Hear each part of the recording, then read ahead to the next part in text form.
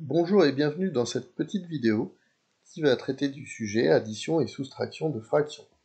On va étudier trois cas, deux cas abordables en classe de 5e et un cas en classe de 4e et 3e bien sûr. Donc premier cas qu'on peut voir aussi en 6e, 2 septièmes plus 4 septièmes. Donc là, les deux fractions, on observe qu'elles ont le même dénominateur et quand elles ont le même dénominateur, on conserve ce dénominateur, donc on va avoir un résultat sur 7, et on effectue l'opération, que ce soit l'addition ou la soustraction, au numérateur. Donc 2 plus 4, ça fait 6. Voilà, c'est le cas basique, pas de problème. Comme 2 patates plus 4 patates, ça fait 6 patates. 2 septièmes plus 4 septièmes, ça fait 6 septièmes. Alors ici, on n'a pas les mêmes dénominateurs, 4 neuvièmes et 13 tiers, mais on va se débrouiller pour transformer le dénominateur de la deuxième fraction afin d'obtenir le même dénominateur que celui de la première fraction. Le dénominateur de la deuxième fraction est un diviseur du premier, ou le dénominateur de la première fraction est un multiple du dénominateur du second. Donc on va garder 4 neuvièmes.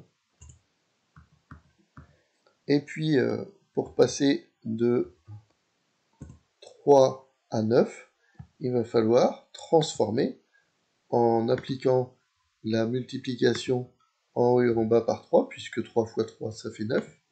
Et donc, on va faire 13 fois 3 au numérateur.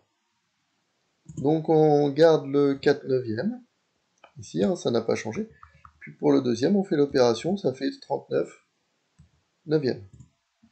Il nous reste à faire l'opération au numérateur, puisque maintenant on a les mêmes dénominateurs, ça ne change pas. 4 moins 39, moins 35. Alors, cas encore plus difficile ici, 3 cinquièmes plus 5 quarts. En fait, ici, il faut trouver un dénominateur qui est à la fois dans la table de 5, ici, et de 4, ici. Donc, le plus petit nombre que je connais, et que vous connaissez, qui est à la fois dans la table de 5 et de 4, c'est 20. On va chercher à tout mettre sur 20, ici. Donc, on va multiplier la première fraction par 4.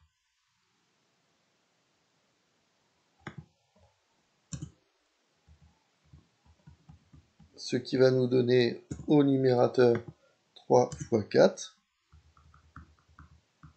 Et puis la deuxième fraction, on va la multiplier par 5.